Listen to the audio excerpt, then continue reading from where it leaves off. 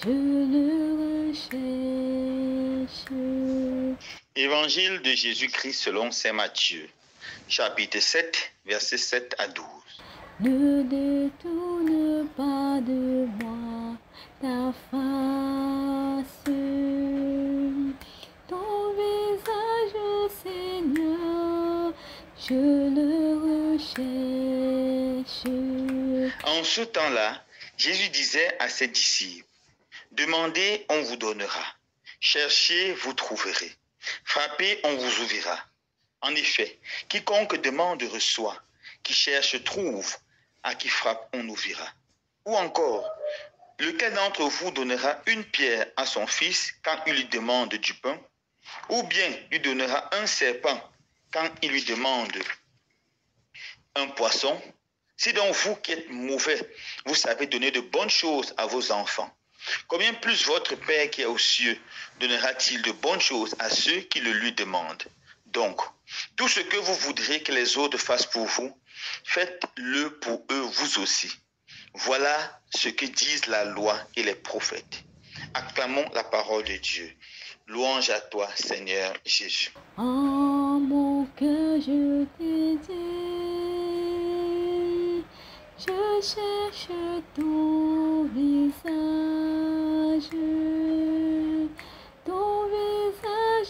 Seigneur, je le recherche.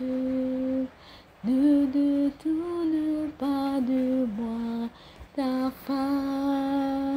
Frères et sœurs bien-aimés, dans l'évangile de ce jour, Jésus nous invite à réfléchir sur la prière de demande, la prière d'intercession. Demander au Seigneur des choses pour nous et pour les autres. Jésus dit précisément, demandez, on vous donnera. Cherchez, vous trouverez. Frappez, on vous ouvrira. Personne ne doit avoir peur ou honte de demander des choses à Dieu, car c'est la volonté de notre Père du ciel de nous donner des bénédictions. Mais il veut que nous le lui demandons tout d'abord. Le plus grand secret pour avoir les grâces et les bénédictions du Seigneur, c'est de prendre le temps pour le lui demander dans la belle prière qu'on appelle prière d'intercession.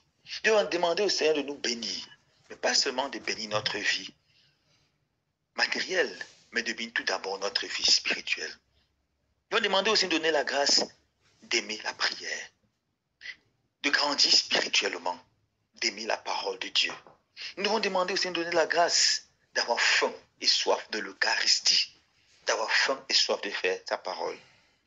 Pour ceux qui ne sont pas encore en règle avec l'Église, qui ne communient pas, demandons la grâce au Seigneur de retrouver les sacrements, de toucher le cœur de notre mari, notre femme, afin que nous puissions nous marier à l'Église.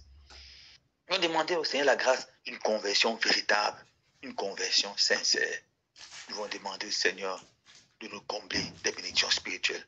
Alors, il nous écoutera avec plus d'attention quand nous présenterons des problèmes matériels. Car le plus important, mes frères et sœurs bien-aimés, c'est la vie spirituelle, que sert à l'homme de gagner l'univers, d'avoir tous les biens matériels s'il perd son âme. Et après cette mort, il va passer l'éternité en enfer. Que sert à l'homme de gagner l'univers s'il perd son âme? Lorsqu'on demande des biens spirituels au Seigneur, alors demandons avec foi, sans avoir peur, les biens matériels. Demandons au Seigneur un emploi si nous ne travaillons pas, la grâce d'avoir un mari, une femme, la grâce d'enfanter. Demandons au Seigneur de bénir notre business, de bénir tout ce que nous entreprendrons. Demandons au Seigneur le pain quotidien. Donne-nous aujourd'hui notre pain de ce jour et il le fera avec joie. Ensuite Jésus dit, cherchez et vous trouverez. Le Père, Padre Pio, disait ceci, on cherche le Seigneur dans les livres et on le trouve dans la prière. Nous devons apprendre à lire, chercher le Seigneur en lisant les Saintes Écritures. Chercher le Seigneur en lisant le catéchisme de l'Église catholique. Chercher le Seigneur en lisant des bons livres de théologie qui peuvent nous aider à grandir dans la foi. Ne soyons pas paresseux dans la lecture. Lisons la parole de Dieu. Instruisons-nous.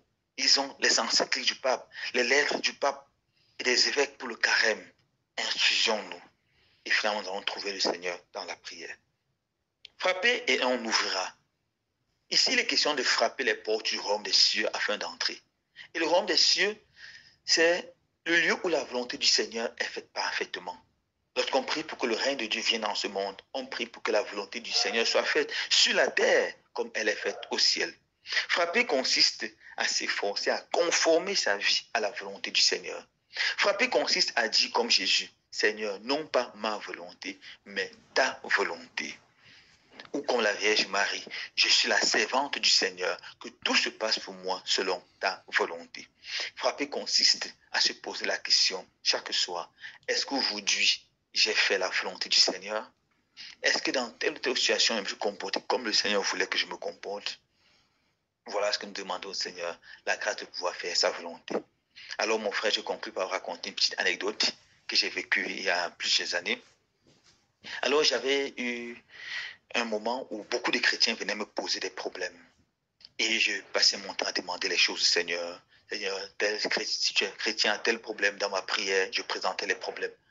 Après un temps, j'ai fait l'évaluation de ma prière et je me suis rendu compte que ma prière était plus une prière de demande qu'une prière de louange.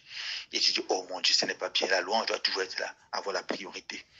Alors j'étais un peu devant le Seigneur, dans la honte, je disais, Seigneur, oh, je suis vraiment désolé d'avoir été si ingrat, je n'ai pas pris le temps de te remercier suffisamment, mais je te demande encore et encore. Alors j'ai prié et j'ai ouvert ma Bible au hasard, je tombe directement sur ce passage où Jésus dit, vous n'avez encore rien demandé.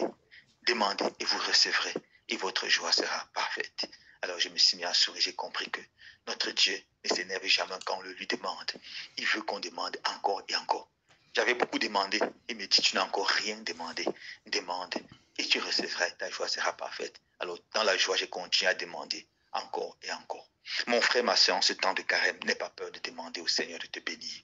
N'aie pas peur de demander au Seigneur des grâces spéciales pour toi, pour les membres de ta famille, pour notre pays, pour l'Afrique, pour le monde.